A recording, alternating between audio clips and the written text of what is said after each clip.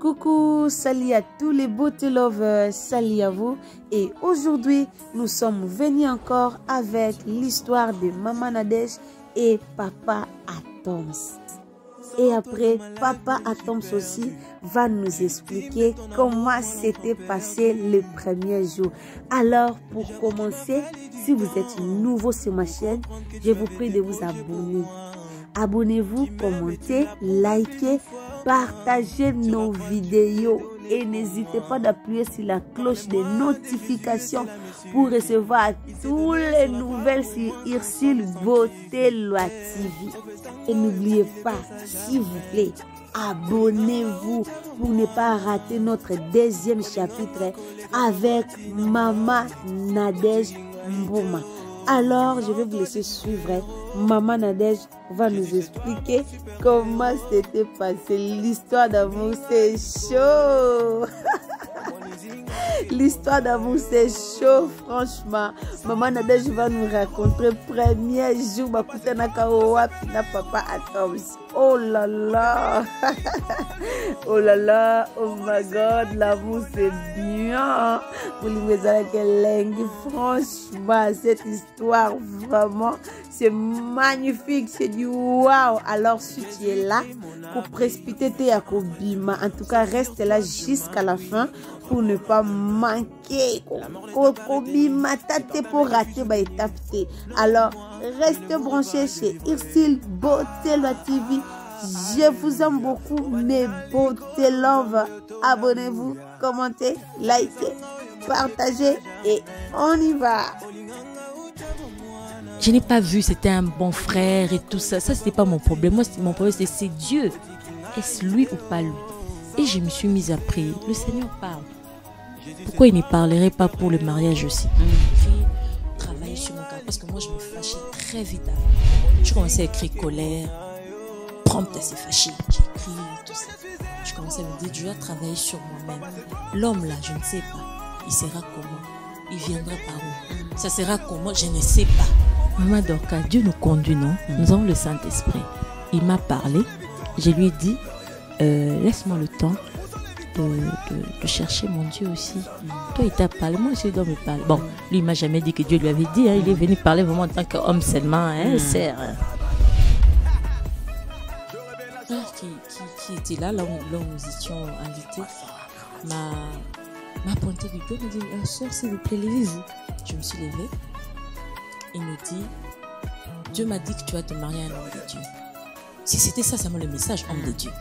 Ok. Et tu commences à réfléchir. Dieu t'a donné la tête, il a donné la tête, il faut réfléchir. J'ai dit, bon, si c'est un homme de Dieu, la femme d'un homme de Dieu doit être comment? Je me suis posé ces questions. C'est pas les spirituels, c'est le physique avec un... Ok. Ah, donc, je dois encore craindre plus le Seigneur parce que je dois être une aide. La femme est une aide. Si je suis... Moi-même, je travaille pas mon caractère, je travaille toutes ces choses-là. Une femme de pasteur, mon thème, mon aîné doit avoir un grand cœur. Toutes ces choses-là, j'ai commencé à écrire. J'ai écrit, travailler sur mon caractère parce que moi, je me fâchais très vite avant. Donc, je n'avais même pas le temps de te laisser continuer, quoi. C'était comme ça que j'étais. J'ai dit, au fait, j'aime toujours dire, je fais être sincère vers soi-même. Tu vas te mentir pourquoi? Tu es colérique, pourquoi tu veux mentir? Écris ça, parce que tu dois travailler sur ça pour que ça change. Je commençais à écrire colère, prompte à se fâcher. J'ai écrit tout ça. Je commençais à me dire, je dois travailler sur moi-même. L'homme là, je ne sais pas. Il sera comment? Il viendra par où? Ça sera comment? Je ne sais pas. Le problème, c'est qu'il y a des sœurs, quand on te dit ça, tu commences à rester tout autour des frères, là. Tu vois, tel frère prêche. Le frère, là, je sens qu'il a quelque... Tu commences... Frère, bonjour. Ça doit être lui, ça Vous doit allez être bien? lui. Ça peut être lui, hein. Ça peut être lui. Tu vas t'embrouiller. Sœur, viens faire la lessive, je viendrai, frère. Hey!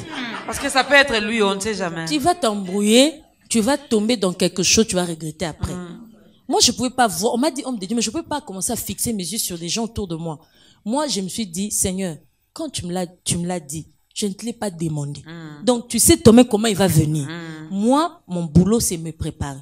Je commençais à dire, non, je dois encore craindre plus le Seigneur, avoir une relation vraiment, une bonne relation avec le Seigneur, travailler sur mon caractère. C'est comme ça que j'ai fait cela. Maman, depuis ce temps-là, après combien de temps je me suis mariée? Mais Je regarde chaque fois ma femme et moi, je vous avais dit, on a 10 ans aujourd'hui de mariage avec nos 4 enfants.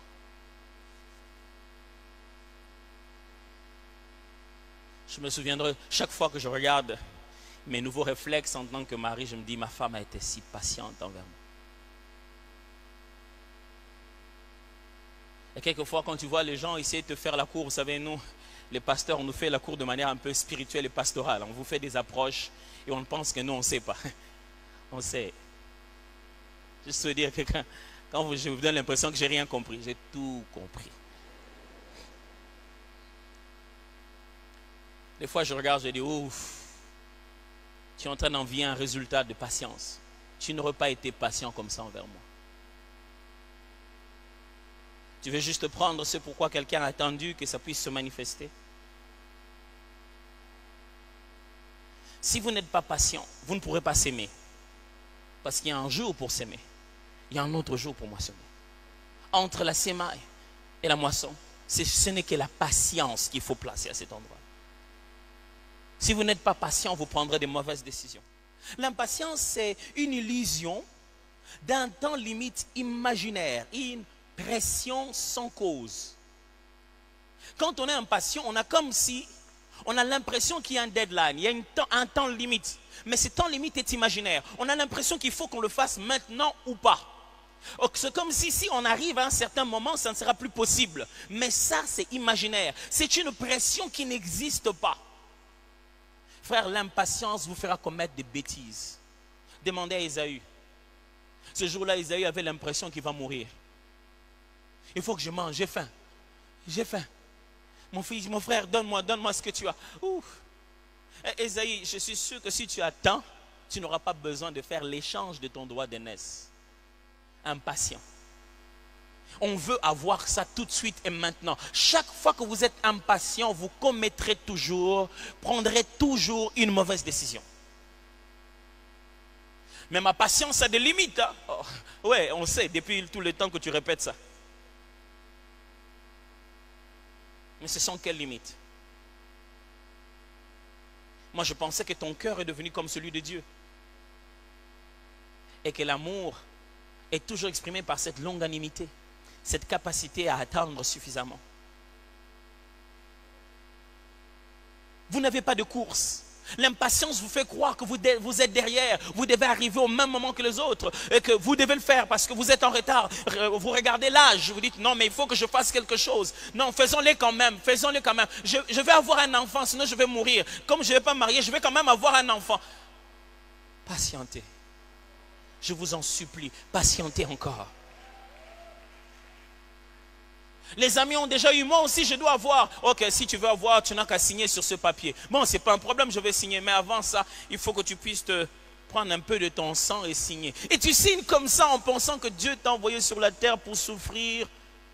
Frère, sachez-le bien, que quelle que soit la durée de la nuit, le soleil finira par paraître. Vous ne souffrirez pas toujours. Il y a un temps pour toute chose. Il y a un temps pour pleurer, souffrir, manquer, quémander, demander. Il y a un temps pour se mettre à donner, aider et transformer la vie des autres. Soyez patients. Il n'y a pas de course. Vous êtes déjà fiancés. Vous allez déjà vous marier. Soyez patients.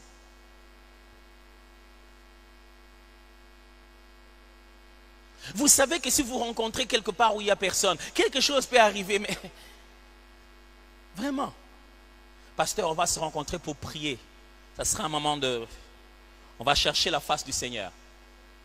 Ok. Vous comprendrez pourquoi Adam et Ève... Je ne vais pas aller là-bas.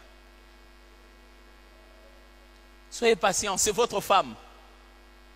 Vous avez déjà même payé la dette. Soyez patient. Soyez patient. Attendez un peu. C'est même dans une semaine. À cause de l'impatience, ce jour-là, quand vous entrez à l'église, vous avez l'impression que tout le monde vous voit. Quand nous sommes en train de vous bénir, vous vous demandez pardon à l'intérieur. Oh Seigneur, merci de les avoir donnés tels qu'ils sont, Seigneur. Ils t'ont craint. Au fond, tu dis, Seigneur, ils ne savent pas. Tu sais qu'on n'a pas craint.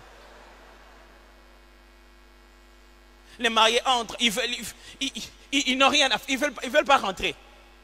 On a fini, mais ils ne veulent pas rentrer. Mais les mariés, rentrez, vous allez avoir plus de temps ensemble. Oh, non, non, non, on va rester avec vous, il n'y a plus rien à faire. C'est fait.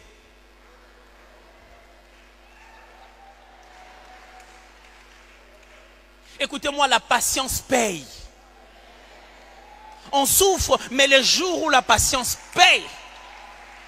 Frère, vous avez déjà vu une femme vouloir sortir son enfant dans 3 mois? Vous avez déjà vu une femme souhaiter sortir son enfant dans 5 mois parce qu'elle est fatiguée? C'est lourd, c'est difficile. Elle est fatiguée au fur et à mesure, mais elle veut attendre le 9e mois. Attendez le 9e mois, mes frères.